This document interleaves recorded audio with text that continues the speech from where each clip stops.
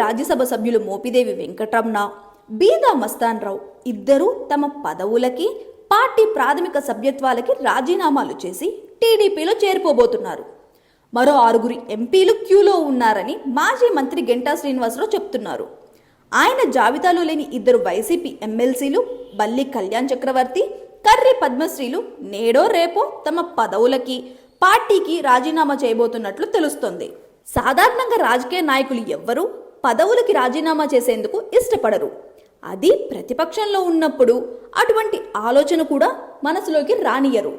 ఎందుకంటే ఆ పదవులతోనే వారికి కాస్తో కూస్తో ప్రజలు, మీడియా గుర్తింపు లభిస్తుంటుంది కనుక. కానీ టీడీపీలో చేరేందుకు వైసీపీ నేతలు తమ పదవులకు రాజీనామా చేసేందుకు సిద్ధపడుతుండటం గమనిస్తే వైసీపీ నుంచి బయటపడటానికి వారు ఎంత ఆత్రంగా ఉన్నారో అర్థం చేసుకోవచ్చు. ఈ లెక్కన వైసీపీలో చివరికి మిగిలేదెవరు అని ప్రశ్నించుకుంటే జగన్, విజయసాయిరెడ్డి, పెద్దిరెడ్డి, చెవిరెడ్డి, వైవిరెడ్డి, కొడాలి నాని, అంబటి, గుడివాడ, రోజా వంటి ఓ 1/2 డజన్ పేర్లు కనపడతాయి. వీరందరూ 100% వైసీపీలోనే ఉంటారు. ఎందుకంటే మరే పార్టీలో వారికి అవకాశం లేదు కనుక. అయితే ఎంపీలు, ఎమ్మెల్యేలు, ఎమ్మెల్సీలు బయటికి వెళ్ళిపోతే ఇక ఆ పార్టీకి విలువేముంటుంది?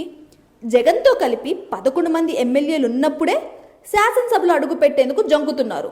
ఉన్న ఆ కొద్దిమంది కూడా వెళ్ళిపోతే జగన్ అమరావతిలో కూడా ఉండకపోవచ్చు. బహుశా అందుకే జగన్ బెంగళూరు ప్యాలెస్ సిద్ధం చేసుకుంటున్నారేమో. ఇక వైసీపీ నుంచి వస్తున్న వారు తప్పనిసరిగా తమ పదవులకు రాజీనామాలు చేసి రావాలని సీఎం చంద్రబాబు నాయుడు షరత్తు టీడీపీ, జనసేన, బీజేపీ 3 పార్టీలకు వరంగా మారబోతుంది. ఉప ఎన్నికల్లో ఆ పదవులు 3 పార్టీలకే దక్కుతాయి కనుక అవి మరింత బలపడతాయి.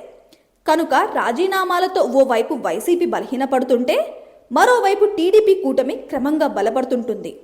అంటే ఒకే దెబ్బకు 2 పిట్టలన్నమాట.